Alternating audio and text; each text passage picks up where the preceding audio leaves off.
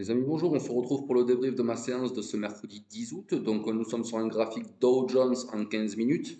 Donc, là, dès tout début d'après-midi, à 14h30, nous avons les données sur l'inflation, donc les données IPC. Je n'ai pas voulu trader, être sur le marché à ce moment-là. Donc, là, je n'ai pas du tout pu prendre la hausse. Par contre, un peu plus tard, vu qu'on est sur un graphique 15 minutes, donc je jouais sur l'intraday, j'ai décidé d'essayer de jouer la correction de ce mouvement haussier.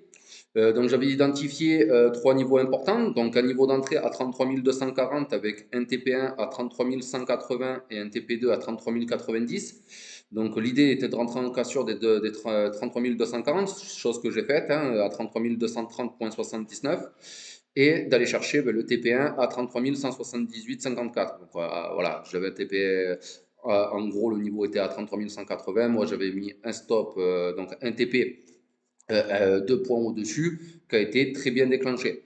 J'avais aussi un ordre en attente en vente de 33 180 pour aller chercher 33 090. Force est de constater qu'il n'a jamais été déclenché parce qu'une fois qu'on a touché les 33 180, le marché s'est retourné complètement à la hausse et depuis, il est resté haussier.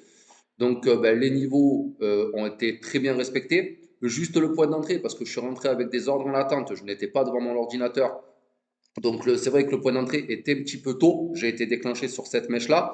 Donc en réalité, si moi j'aurais été devant le marché en mode manuel, je serais certainement rentré plutôt sur cette bougie ici, sur cette bougie de cassure pour aller chercher le niveau des 180. Donc c'est pour ça. Donc là voilà, là j'ai été déclenché sur cet ordre en attente. C'est pour ça que derrière j'ai subi le pullback. Donc et ce que j'appelle aussi une bougie qui vient chasser les stops. Donc c'est pour ça que j'avais mis un stop juste un peu au-dessus, là, sur les 33 000, voilà, sur le dernier plus haut, donc sur les 33 350, on va dire, en gros la louche. Et, voilà, donc mon stop n'a pas été déclenché après avoir été déclenché ici à la vente. Et on a pu tranquillement casser les 33 240 pour aller chercher mon TP1 à 33 180. Donc ça me fait un point d'entrée à 33 230,79 pour un TP à 33 178,54, ce qui nous fait grosso modo 52 points sur ce trade-là.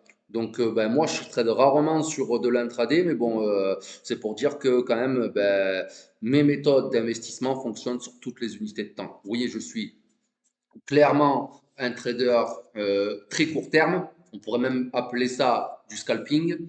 Mais clairement, ce que j'enseigne moi dans mes formations et à mes élèves, ça fonctionne sur toutes les unités de temps parce qu'on est sur du price action. On trade sans indicateurs techniques.